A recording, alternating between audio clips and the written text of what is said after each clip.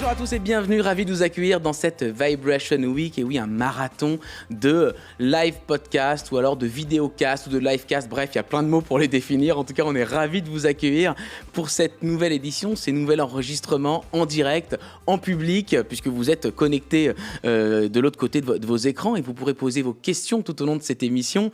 Je m'appelle David Gordon, je suis le fondateur de Nouvelle Voix. Chez Nouvelle Voix, on crée des médias et des événements d'engagement. Et plutôt que de réfléchir entre nous sur la com interne qui bouge, qui évolue, on décide de réfléchir avec nos invités et pour vous en direct. Donc c'est tout l'intérêt de cette Vibration Week. Un mot du programme avant de rentrer dans le cœur du sujet. Alors certains et certaines d'entre vous sont très assidus sur les différents épisodes qu'on propose toute cette semaine, mais on va quand même présenter le programme qui s'est déroulé depuis lundi et qui se poursuit jusqu'à demain. On a commencé ce marathon par une émission sur les newsletters, une évolution des newsletters qu'on vous a présenté lundi. Lundi soir, c'était la RSE qui était à l'honneur, comment engager les collaborateurs dans cette transformation RSE. Mardi, on continuait avec un sujet sur connecter enfin l'ensemble des collaborateurs avec des retours d'expérience de professionnels qui ont trouvé des méthodes, en tout cas qui ont essayé, qui nous ont livré leurs éclairages sur la manière de connecter les collaborateurs. Mercredi, hier, on a parlé du métavers, du Web 3.0, comment ça va transformer nos organisations et nos communications internes avec Jérémy Lamry, qui était sur ce plateau hier.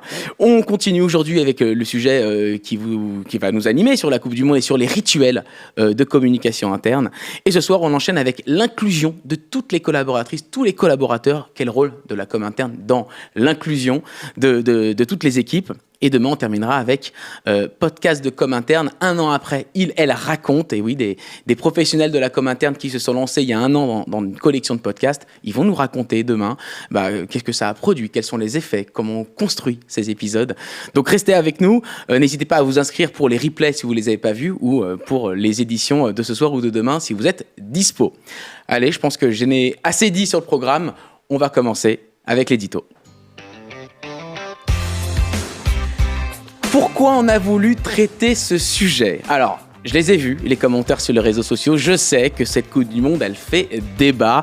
Et pour cause, effectivement, il y a eu des gros problèmes. Il y a des problèmes environnementaux, des problèmes sociaux, on le sait. Et loin de nous, l'idée de cautionner quoi que ce soit. Mais on a choisi ce sujet parce que voilà, c'est la prochaine grande manifestation sportive. Et même si c'est un sujet qui fait débat, il n'en est pas moins qu'on peut réfléchir à une manière positive, à une manière de créer du sens autour de cette Coupe du Monde. Bon, on a regardé, les événements sportifs internationaux, ils ne sont pas toujours dans des pays qui sont hyper démocratiques. Il y a eu la Russie il y a quelques années, il y a eu les JO à Pékin, il y a eu des Coupes du Monde dans des pays dictatoriaux. Bon, ça crée toujours débat, effectivement. Et d'ailleurs, 70% des Français ont choisi de ne pas boycotter cette Coupe du Monde. Donc voilà, la question se pose, qu'est-ce qu'on en fait en interne de cette Coupe du Monde ? Et nous, on a envie de vous parler d'une idée de rituel de com interne avec une de nos invités qui est sur ce plateau. Donc voilà, on va juger personne, on va juger aucune entreprise qui décide de créer une opération autour de cette Coupe du Monde.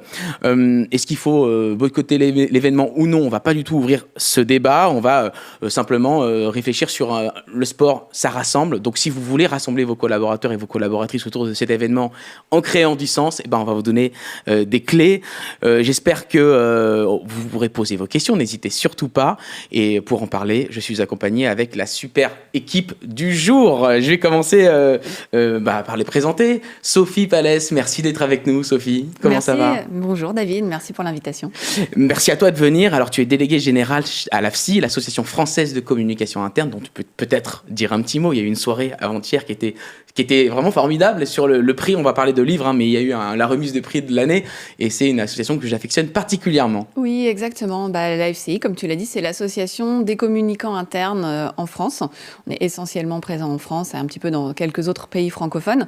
Et aujourd'hui, on rassemble un peu plus de 950 pairs professionnels de la communication dans les organisations, dans à peu près 450 entreprises, pour faire réseau, partager des questions, des interrogations, des bonnes pratiques également, s'interroger ensemble, chercher à répondre à ce qui nous taraude au quotidien, en lien avec des enseignants-chercheurs, en lien avec des consultants également. Et puis la soirée à laquelle tu fais référence, c'est une soirée que j'affectionne particulièrement puisque c'était la soirée de rentrée d'une part, donc le lancement de notre saison, et la remise du prix du livre, puisque chaque année on remet un prix du livre à un ouvrage qui traite de questions de com interne de manière interdisciplinaire. interdisciplinaire en prenant du large et un peu de respiration, un peu de hauteur sur nos pratiques. Exactement. Si vous n'êtes pas adhérent ou adhérente à l'AFSI, c'est une faute professionnelle. Voilà, je le dis, je le dis comme ça. Donc vous vous inscrivez à l'AFSI et comme ça on peut se voir. En plus il y a du champagne aux soirées de l'AFSI. Donc ça, si vous avez besoin d'une bonne raison, la voici. Mais en tout cas, non, c'est vraiment un moment que moi je suis adhérent et donc du coup j'affectionne particulièrement tous les workshops, toutes les réunions que vous proposez. Makeba Chamri est également autour de cette table. Salut Makeba. Bonjour David. Merci d'être là. Alors je suis content que tu sois là parce que Makeba, elle fait BFM, elle fait t'as fait Masked Singer aussi, je sais pas, t'as fait The Voice, t'as fait tous les plateaux télé pour présenter. C'est mon année. C'est ton année pour présenter ce livre que j'ai lu, qui s'appelle Le Rituel en entreprise. Tu es fondatrice du Bureau des Rituels, c'est ta société, et tu es auteur de ce livre-là que j'ai lu, qui m'a passionné, qui permet, et on va en parler largement dans cette émission, d'ouvrir un nouveau spectre qui est celui de recréer ou de créer des rituels en entreprise. Tu vas nous en parler largement et merci d'être avec nous, Makeba. Avec plaisir.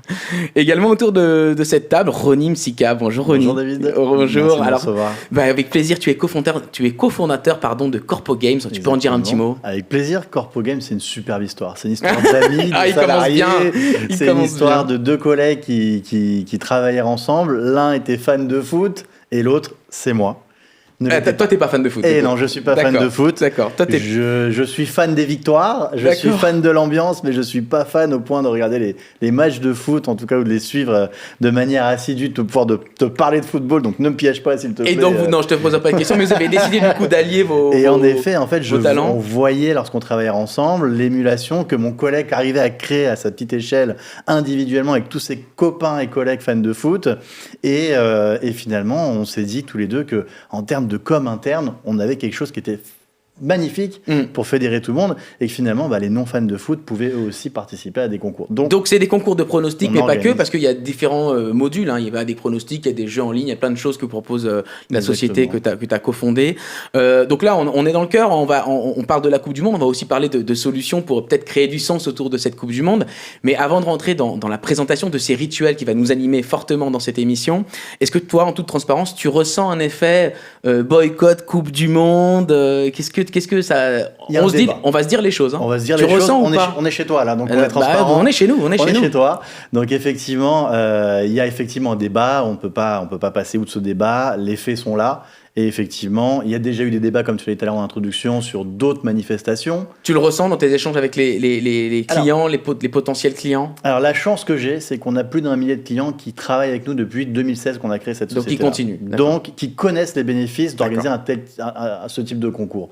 Eux, ce qu'ils vont organiser, c'est pas autour du foot, ni autour du Qatar, ni autour du reste. Oui, parce qu'on peut élargir. C'est vrai que je ne l'ai pas dit en intro, et excuse-moi, c'est vrai qu'on a pris ce prétexte de la Coupe du Monde, mais en fait, les pronostics, on peut élargir sur tout type de manifestation, le concours de bière, on peut tout faire. Alors, nous, on ne fait pas le concours de bière aujourd'hui parce qu'on ne pousse pas à la consommation d'alcool, évidemment. C'est bien. Là, on a un parti pris absolu. Évidemment, personne ne défend ce qui se passe au Qatar, mais chez Corpo Games, on fait des concours de pronostics sur toutes les disciplines, que ce soit les disciplines masculines ou féminines, mais ça va être tous les sports dont on entend parler, qu'on peut suivre. Le football, c'est le numéro 1 parce que c'est le roi des sports en Europe. On est tous attachés à ce qui se passe au football, au moins l'ambiance, mais on aura le tennis, le handball, le basket. Tu ressens un effet ou pas? Tu ressens un effet ou pas sur Donc, effectivement, je ressens un effet. À la question. Tu as raison d'insister, et je crois que les internautes attendent aussi des réponses. Et effectivement, il y a une réflexion. Est-ce que le bénéfice-risque est-il favorable ou pas? Et en effet, aujourd'hui, chez nos clients, compte tenu du fait qu'ils connaissent les bénéfices de réunir toute une population de salariés qui peut-être ne se seraient jamais rencontrés à travers un concours qui va durer 1 mois et demi dans le cadre de cette potentielle Coupe du Monde, ils y vont parce que de toutes les manières, on ne force personne à regarder, à supporter. Et puis... on l'a vu avec la Russie, comme tu l'as dit, qui n'était pas heureux de recevoir la coupe en France il y a 4 ans. Donc tes clients habituels ne font pas forcément le coup de frein là-dessus.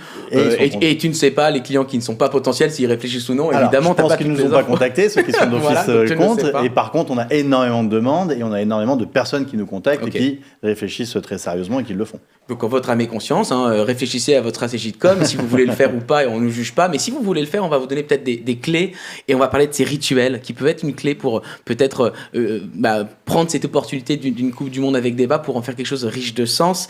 Sophie, pourquoi tu as été intéressée par ce sujet, non pas de la Coupe du Monde, mais des rituels de com interne? Parce que c'est pas vraiment très utilisé, ces rituels en com interne. Alors, quand on a commencé à se parler justement de ce sujet, rituel et com interne, moi, au contraire, je suis extrêmement intéressée. Alors, effectivement, pas particulièrement ni par le foot, ni par la Coupe du Monde. T'as un de cette année. pronostic sur la finale, mais peut-être, on verra à la fin. Je vais le garder pour moi pour le moment. Je suis un peu comme Ronnie, tu vois, sur le sujet. D'accord, on dit rien, verra on se mouille ça plus pas. tard. On se mouille pas. En revanche, sur effectivement la question de communication interne et rituel, peut-être que le lien n'est pas forcément évident, mais si on se pose la question de ce qu'est la communication dans les organisations, ce qu'est la communication interne, là, on va voir que, en fait, c'est beaucoup plus clair. Et pour là, je vais faire un petit détour par les sciences humaines et sociales, parce qu'on aime bien ça chez nous, et m'appuyer à la fois sur Durkheim et Goffman, Émile Durkheim, qui, dans les formes élémentaires de la vie religieuse, a analysé ce qu'était un rite, ce qu'était un rituel, et sa dimension à la fois d'une part sacrée, mais bien entendu religieuse, dans le sens où on se relie au travers de rituels. On met des choses en commun. Ouais. Et là, on fait le lien avec la communication interne. Donc, il y a bien une dimension rituelle de la com interne à l'échelle de l'organisation.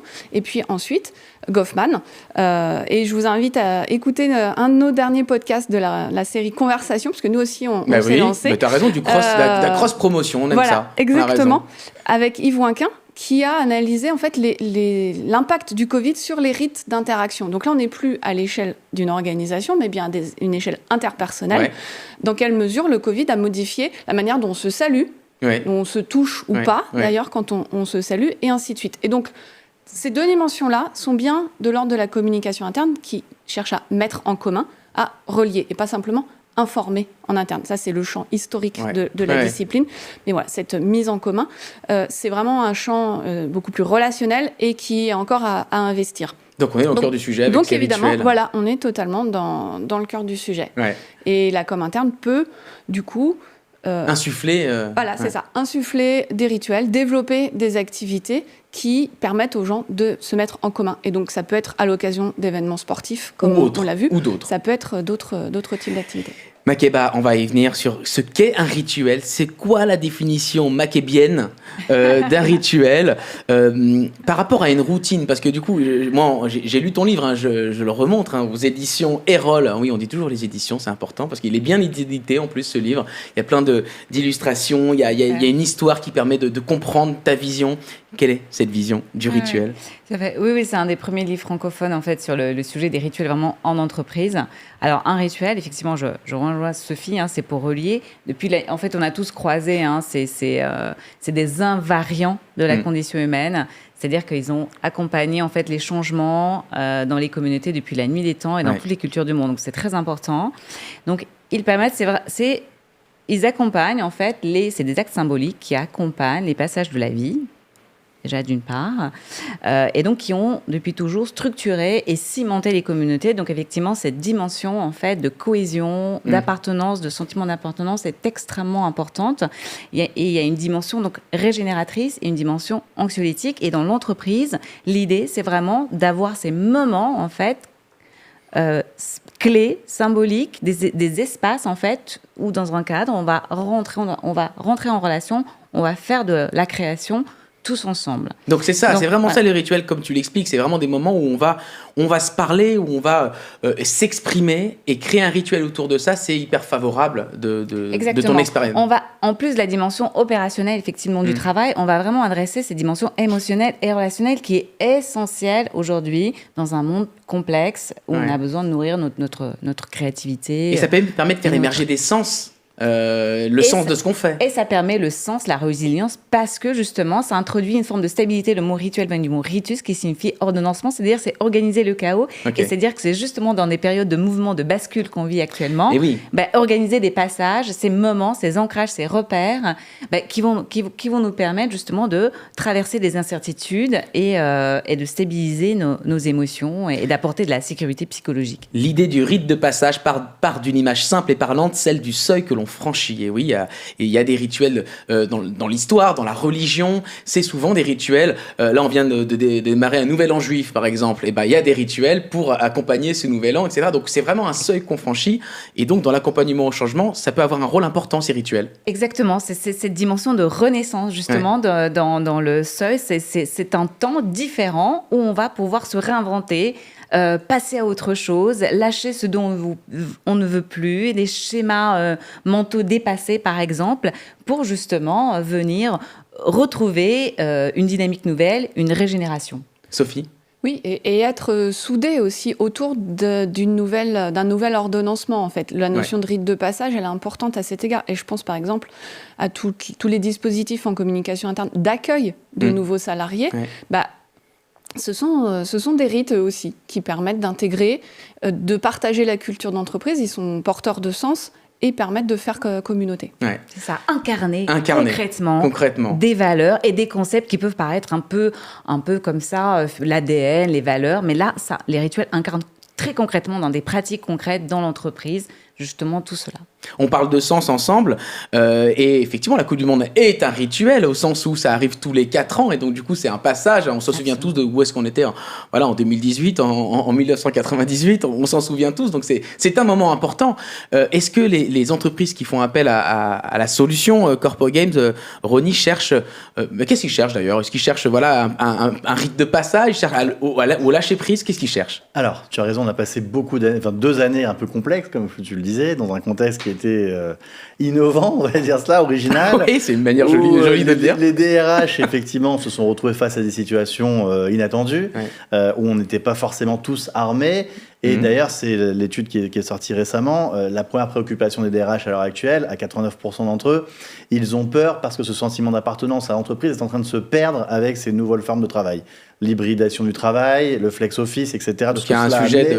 Il y a un vrai sujet. Et en effet, on parle de rituels, indépendamment de la Coupe du Monde ou du football, à toutes les grandes compétitions sportives, il y a toujours eu, c'est ce que je disais tout à l'heure avec l'histoire de mon associé David, il y a toujours eu ces petits malins, ou en football ou en informatique, qui faisaient leur rituel et qui faisaient ces D'ailleurs, je te coupe parce pardon de te couper parce que j'abonde dans ton sens. On a envoyé un petit mail avant cette émission pour demander un peu vos points de vue, qu'est-ce que vous faites autour de ce sujet-là. Je crois que c'est Philippe qui nous a répondu. De toute façon, nous, dans notre équipe, ça se fait de manière dans les équipes, en fait. Donc ça se fait. Donc il reprend la main en faisant, en ayant un prix global, en fait, c'était négocié avec Alors, ça va au-delà de ça, ça va au-delà du prix. Ça se faisait à l'époque sur un tableau Velleda, sur un tableur Excel. Okay. C'était réservé à des fans de foot. Aujourd'hui, c'est toute l'entreprise qui prend la parole pour et qui lâcher tout le prise, monde. pour se retrouver, pour créer du lien, pour décloisonner l'entreprise, pour faire en sorte que les salariés du siège puissent échanger, communiquer, lier du contact finalement avec les salariés sur le terrain qui n'auraient pas l'occasion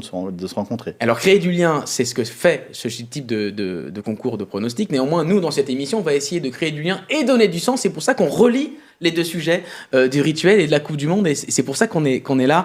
Mais juste avant de revenir sur les rituels, Sophie, on voit de plus en plus de challenges internes. Il y avait une entreprise qui avait mis je crois que c'était la Société Générale, mais c'était canon. Hein. Ils avaient fait une application pour marcher, pour compter. Il y a un challenge entre équipes pour voir qui marchera le plus. Il y a des concours, il y a des challenges RSE. Est-ce que c'est le rôle de la com interne d'à ce point-là éduquer les collaborateurs sur allez, il faut plus marcher, il faut mieux parler, il faut faire plus d'inclusion. On va pas trop loin parfois. Ce type d'initiative s'inscrit dans des engagements pris à l'échelle des directions générales, par les entreprises, que ce soit dans des directions RSE ou bien parce que c'est la semaine du bien-être au travail ou ainsi de suite, voilà, sur des choses plus ponctuelles. Après, tant qu'il y a cohérence entre les actes de l'entreprise, enfin les actes de l'entreprise, ce sont les actes des personnes au sein de l'entreprise, et les dispositifs proposés, je pense que les salariés peuvent s'y engager et que, évidemment, ça reste volontaire. Oui, bien sûr. La participation reste volontaire. Après, là où ça va aller trop loin, entre guillemets, c'est si on propose quelque chose qui n'a aucun rapport avec la réalité de ce qui est vécu par les salariés au quotidien. Comment eux voient les choses, enfin, qu'est-ce qu'ils voient plutôt, et qu'est-ce qu'on est en train de leur proposer. Si l'activité de l'entreprise est complètement à contre-courant de ces challenges, je pense que là, il n'y aura pas beaucoup de participation. Ça ne va pas fonctionner. Mais pour moi, ce n'est pas tout à fait de l'ordre du rituel, sauf s'il y a répétition. D'accord. Sauf si on s'inscrit dans la durée, dans le temps. Mais je réfléchissais à ce sujet-là en préparant la rencontre, et je pensais à une entreprise qu'on pourra assez facilement reconnaître, mais qui est une entreprise du domaine du conseil, de l'audit, avec une population de consultants assez jeune, beaucoup des mêmes types de grandes écoles de commerce. Oui. Et avec un turnover assez important, parce qu'en fait, c'est souvent dans ces organisations de conseil qu'on se forme pour ensuite évoluer vers autre chose. La ligne sur le CV, la fameuse. Voilà. L'expérience aussi. L'expérience. Voilà, on reste quelques années et puis après, on part.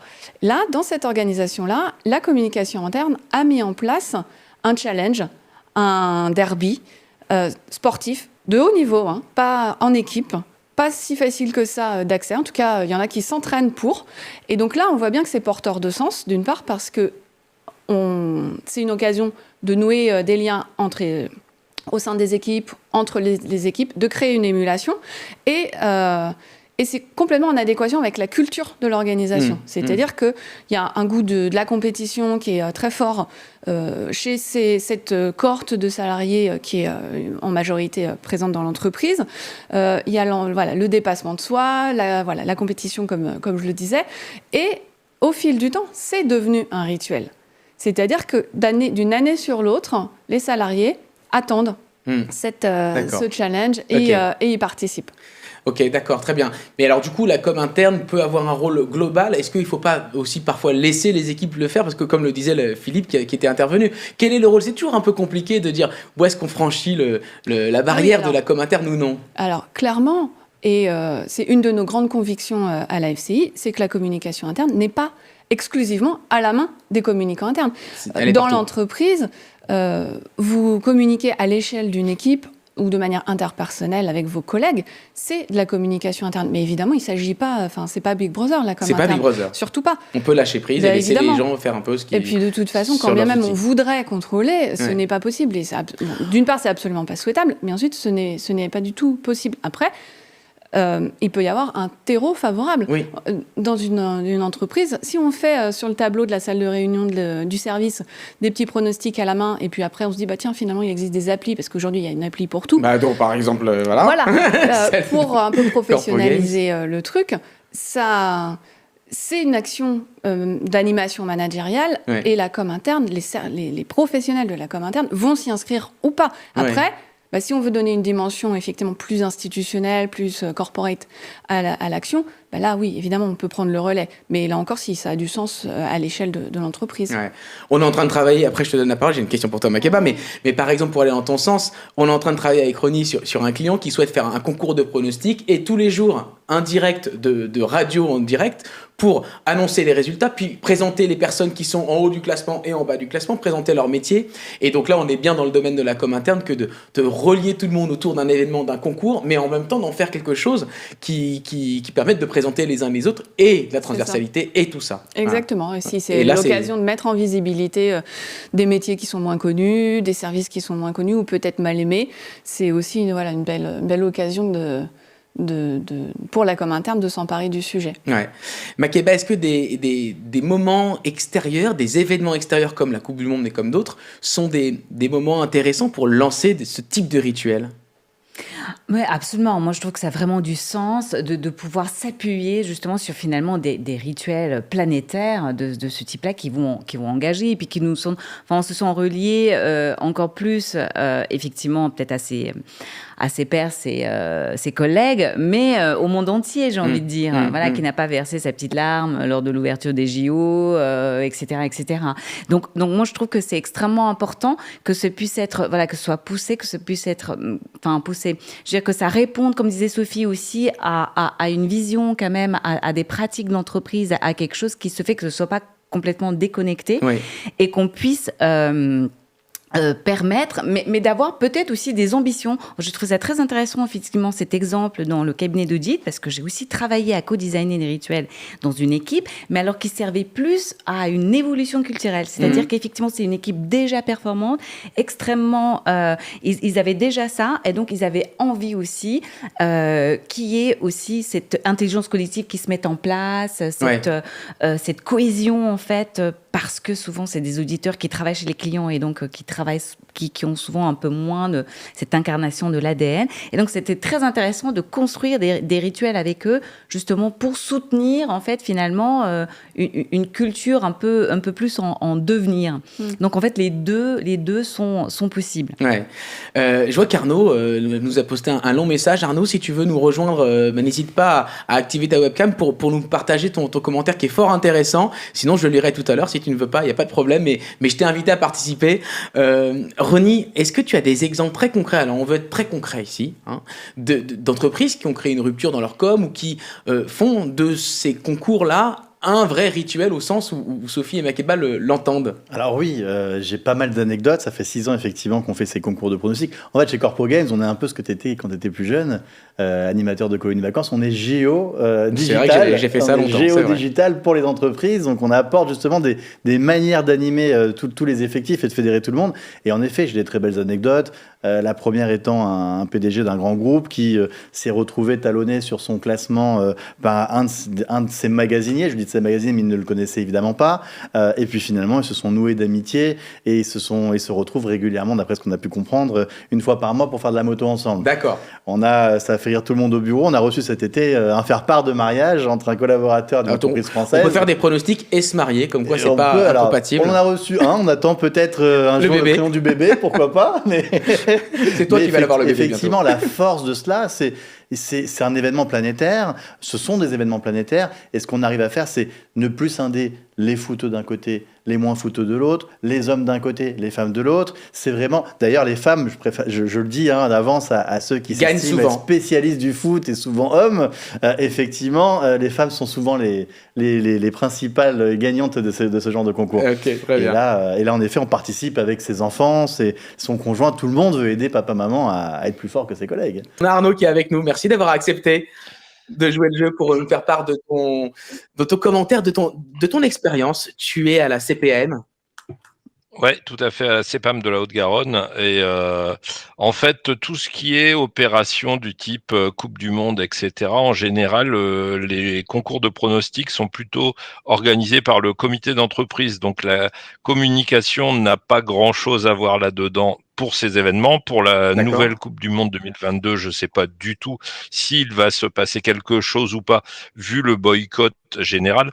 Par contre, l'expérience que nous avons... général, Pas général. Non, voilà. Pardon. Il y a débat. Ok. Non. Par contre, chez nous, effectivement, comme nous sommes une caisse primaire d'assurance maladie, donc fortement investie sur la prévention, il y a quelques années, à l'idée de quelques collègues, on a décidé, comme on a un immeuble de grande hauteur à Toulouse, on a décidé d'organiser le défi des 12 étages. Donc c'est une marche, une course pour ceux les plus forts, pour monter les 12 étages de manière chronométrée. Et on fait ça dans le cadre d'Octobre Rose. Alors au début, c'était une course, bien entendu, soit individuelle, soit par équipe. Alors déjà, le côté création d'équipe, ça a pas mal plu aux collègues. Et puis spontanément, il y en a les années suivantes qui se sont dit tiens, on va s'amuser à se déguiser. Donc pour créer encore des sentiments de groupe déjà encore plus forts. Et c'est vrai que là-dessus, comme pour tout le monde, est arrivée la période Covid, donc plus possibilité d'organiser notre gros événement qui réunissait en personnes actives dans la course plus de 400 personnes quand même. On est 1200 salariés à la CPM, qui réunissait plus de 400 personnes, sans compter les suiveurs, les gens qui aidaient, etc. Et donc on a organisé en fait ce format de défi en défi virtuel avec l'application Kipling. Je ne fais pas de pub, mais pour autant c'est celle qu'on a prise et ça fonctionne. Et donc maintenant le challenge ces dernières années en fait, c'est que chacun se chronomètre, pas chronométré, mais compte le nombre de ses pas pendant une période donnée, pendant 15 jours au mois d'octobre. La finalité. Ça marche bien parce que la finalité en plus, c'est que à l'issue, officiellement en fonction du nombre de pas, la direction remet un chèque à une association qui est une association qui aide les femmes victimes d'un cancer à se remettre d'aplomb en fait. Donc donner du sens autour de tout ça. Ouais.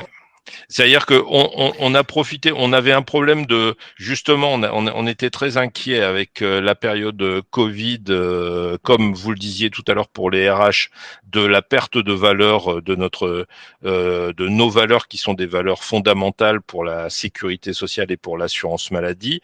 Et on s'est dit, il faut absolument qu'on donne du sens à tout ce qu'on fait. Et le fait d'avoir lié cet événement qui est un événement plutôt sportif à une connotation prévention Octobre Rose, ça marche très très bien. Merci pour ton retour d'expérience, Arnaud. À très bientôt. N'hésitez pas si vous aussi vous voulez intervenir, si vous voulez nous partager vos expériences, vos questions, n'hésitez surtout pas, c'est assez éclairant. Effectivement, ça, ils ont donné du sens autour d'une opération comme. Alors du coup, un rituel, ça peut donner quel sens ça peut apporter aux collaborateurs, aux collaboratrices de créer des rituels? Le sens qu'on veut lui donner? Oui, tout à fait. Ça, après, moi, j'ai identifié vraiment 4 familles de rituels en entreprise. Il y a des rituels de célébration, en fait, pour justement célébrer des événements, valoriser des contributions, etc., etc. Juste fêter des choses, c'est très important. Il y a des rituels de création, donc c'est justement pour booster l'innovation. Donc ça, c'est quand on a besoin d'être plus créatif, de pousser plutôt cette dimension-là. Il y a les rituels justement de cohésion. Là, par exemple, on est dans un rituel pour retrouver un sentiment d'appartenance, incarner l'ADN, etc., Octobre Rose, donc il y a vraiment plusieurs dimensions. Et le dernier dont on a déjà parlé, qui est le rituel de passage, justement, c'est pour donner du sens, mettre du sens à tous nos passages. Et on en vit un sacré paquet aujourd'hui. On est en pleine transition sur tous les sujets. Est-ce qu'on peut donner des exemples concrets de rituels ? Et il y a un truc, comme on disait, c'est une sorte de médecine de la connexion. Il y a vraiment, il y a une histoire de se connecter. Comment on se connecte à soi, aux autres et aux vivants. Et ça peut être à travers, il y a un protocole. En fait, ce qui est important dans le rituel, c'est d'avoir une forme de protocole. C'est ça qui fait que c'est différent d'une routine, parce qu'on n'a pas répondu à la question tout à l'heure. C'est justement le fait qu'un rituel, ça va être différent d'une routine organisationnelle. Par exemple, juste prendre un pot ou avoir une réunion un lundi matin, c'est une routine, c'est très efficace. Des routines, c'est pas prendre un café, c'est des routines. Mais c'est le fait de justement se connecter, de mettre du sens. Ça veut dire de le faire dans un ordre particulier, d'avoir un certain protocole pour faire les choses. Une ouverture, une clôture qui fait que on sait qu'on va rentrer dans un rituel, on va terminer. Par exemple, utiliser des objets, comme par exemple les déguisements, c'est-à-dire qu'on va quand même mettre quelque chose, un peu un vêtement, un masque, etc., une musique particulière. Ça peut être des choses très différentes, faire du sport, etc. Donc ça apporte justement à la dimension symbolique dont on a besoin. Mais il y a toujours d'avoir quelqu'un qui cadre, d'avoir un cadre particulier dans lequel on le fait. Il y a toujours une notion de pouvoir s'exprimer, de pouvoir parler de ses émotions, dans ton livre, en tout cas, dans les rituels que tu présentes, toi, que tu as conçus. En fait. Tout cas, c'est faire le point avec soi. Enfin, il y a quand même quelque chose de faire le point. On sait à quel point les émotions font partie. En fait, on peut plus comme ça siloter les choses et dire qu'on n'est qu'un être mental. On sait qu'on est gouverné par nos émotions. Les neurosciences l'ont prouvé aujourd'hui. Et d'ailleurs, le sport, c'est un activateur d'émotions extraordinaire. Donc c'est pour ça en fait que c'est extrêmement et c'est ça qui nous permet de nous reconnaître, de nous sentir bien. Ouais. C'est justement de vivre ces émotions, de les nommer déjà pour nous-mêmes et de les vivre avec les autres, ce qui nous donne justement cette joie, cette reliance qu'on veut retrouver en entreprise. Ouais. Est-ce que vous avez pu penser, est-ce que vous avez pu observer des espèces de rituels qui peuvent se passer à l'occasion d'un événement comme celui qui va arriver? Ronnie, si tu en as vu, Bien ou sûr. Makeba, si tu peux nous donner l'incarnation d'une idée que... Non, mais par exemple, sur le sport, ce que je trouve, ce qui peut bon. être vraiment... oui, je voulais, parce que moi, je viens aussi du monde de l'innovation managériale. Donc, moi, je suis très axée aussi sur tout ce que... Par exemple, le sport, je trouve que c'est un levier d'innovation managériale formidable. Mais si, par exemple, toutes les semaines, on organisait un rituel pour commenter les faits sportifs et managériaux aussi, d'une équipe, mais je pense que ça serait des apprentissages extraordinaires du terrain et avec tous les bénéfices dont on a parlé tout à l'heure qui peuvent être nécessaires. Donc voilà une idée, par exemple, pour les personnes qui nous écoutent. Ça peut être de lier les deux. Ça peut être formidable d'apprentissage pour tout le monde. Ouais. Ronnie, est-ce que tu as observé Je rebondis sur ce que disait Arnaud. Rebondis. Il ne faut pas stigmatiser les personnes qui vont suivre cette Coupe du Monde. Oui, non, mais oui, bien sûr. On l'a dit. C'est important de le dire. Bien sûr. C'est très important de le dire. Bien sûr. On a tous envie que la France gagne ou d'autres équipes gagnent. Oui, je l'ai vu. J'ai vu des rituels autour notamment de ce genre d'animation qu'on propose. Notamment, dans les entreprises, il y a toutes les cultures qui sont représentées. Des personnes d'origine différente, des personnes qui ne soutiennent pas forcément l'équipe française, mais leur équipe d'origine. Et c'est l'occasion dans l'entreprise pour que ces personnes-là ramènent leur petit drapeau, fassent découvrir leur culture de manière très ouverte et libérée. Et puis, on peut créer des choses comme ça, des moments interculturels. Absolument. Chacun ramène la nourriture de l'inclusion. Tout le monde, à ce moment-là, peut très fièrement revendiquer sa culture et ses origines. Lorsqu'on lance un concours de pronos comme ça, c'est quoi les clés du succès pour que ça prenne? Parce que faut embarquer les récalcitrants au foot, les personnes qui jouent pas au foot, les gens qui aiment pas le foot, les gens qui n'y connaissent rien. Comment on fait pour que ça prenne, en fait, la mayonnaise? On ne parle jamais de foot. D'accord. On ne parle pas de foot, on ne parle pas de joueurs, on ne rentre pas dans le détail. Les seules personnes ou les seules choses qu'on va mettre en avant, c'est l'individu, c'est l'humain, c'est le salarié. D'accord. On veut qu'en effet, le salarié qui n'est pas rewardé dans son quotidien, qui n'est pas challengé ou qui n'a pas de récompense par rapport à ses résultats parce que c'est dans une forme de routine quotidienne, évidemment, c'est lui qui fait la force d'entreprise et c'est lui qu'on va mettre en avant. Donc, ce dont on parle, c'est vraiment que les collaborateurs et on met un petit coup de projecteur sur des collaborateurs qui sont parfois des inconnus dans l'entreprise. Sophie, qu'est-ce qu'on peut faire pour mettre toutes les chances de notre côté pour que des rituels d'entreprise fonctionnent au-delà des pronostics, plus largement? Oui, quel que soit le type de rituel. On parlait beaucoup de donner du sens, là, on l'a entendu tout à l'heure. Justement, alors, deux choses. Arnaud nous disait, finalement, il a constaté que sur les questions de Coupe du Monde, c'est plutôt les comités d'entreprise qui s'en occupent. Et puis, là, la course dont il parlait, c'était, a priori, si j'ai bien compris, plutôt piloté par la com interne. J'ai envie de dire, en fait, ce qui va faire la différence, c'est justement cette question de sens et de cohérence. Concrètement, le rôle d'un comité d'entreprise, c'est de l'animation. C'est une forme de qualité de vie au travail, travailler un petit peu là-dessus et offrir parmi plein d'autres choses. Ça, c'est la partie la plus visible. Il a un rôle beaucoup plus profond, mais qui est souvent beaucoup moins visible. Sur la com interne, n'est pas trustée par des entertainers. Non. Il y a bien une question de sens, de cohérence, d'authenticité, c'est encore dans la mise en œuvre, ça, mais d'adéquation entre une finalité et une finalité d'entreprise, une finalité d'action. Et c'est là, en fait, que le sens va émerger. On ne va pas le donner, en fait. On ne donne jamais du sens à quoi que ce soit. S'il y a du sens quelque part, il va émerger. Les salariés vont comprendre, se saisir du sens qu'il y a autour d'une action et donc s'y engager. Et donc, si, par exemple... on met en place un concours, des pronostics, un challenge ou des pronostics. S'ils y voient un sens, s'ils perçoivent l'occasion de se resserrer entre eux, de resserrer les liens au sein de leur équipe ou d'une équipe à l'autre, de développer des relations avec des personnes qu'ils connaissent moins, ou peut-être même, si on dépasse ce domaine-là, de faire le lien avec leur activité, pour d'autres types de rituels, là, ils vont s'y engager. Parce qu'ils vont y saisir du sens et c'est eux qui vont y apporter du sens, finalement. Ouais. Comme disent les Américains, work hard, play hard. Voilà, il y a même des t-shirts avec des tasses aussi où il y a marqué ça dessus. Exactement. Makeba, comment on peut mettre toutes les chances de notre côté pour qu'ils prennent ces rituels? Mais oui, mais je suis tout à fait en phase avec ce qui vient d'être dit, c'est-à-dire qu'il faut que ce soit en cohérence, évidemment, que ça réponde à des problématiques des collaborateurs, que ce soit pas complètement hors sol, justement, que ce soit quelque chose d'assez enraciné et relativement simple, en fait, qu'on y voit. Enfin, je dis, il y a vraiment ce côté... où les collaborateurs de quick, oui, exactement, il y a une sorte de quick win. Enfin, et by the way, c'est chouette aussi, quoi. Okay. Après, il faut pas que ce soit, c'est pas récréatif. Je veux dire qu'un rituel, il faut justement, voilà, il y a quelque chose quand même de profond, on va aussi donner de soi-même un petit peu. On va se livrer. Donc voilà, et il y a parfois un petit inconfort parce que l'émotion, c'est aussi parfois inconfortable. Mais effectivement, voilà, ce côté, et que ce soit quand même porté par toute la ligne managériale, évidemment. Plusieurs exemples de rituels dans ton livre, Makeba, la météo des émotions, la cabane des partages, la détox zone, les gestes mojo, la vendange des erreurs, tout est écrit avec des fiches pratiques. Absolument, oui. Ouais, j'ai pris beaucoup de plaisir à le lire, ce livre, Makeba. Merci beaucoup. C'est la fin de notre émission. Merci de nous avoir suivis. N'hésitez pas à partager vos remarques. Même après, on va vous envoyer un petit mail pour du feedback. On est toujours friand du feedback. Merci beaucoup, Ronnie Msika, d'avoir été autour de cette table pour nous partager ton retour d'expérience et tes clés pour que ça fonctionne. Et merci encore Sophie Palès, déléguée générale de l'AFSI, d'avoir accompagné nos débats. Merci à vous. On se retrouve dès ce soir pour un autre sujet sur l'inclusion de tous les collaborateurs et de toutes les collaboratrices. Quel rôle pour la com interne.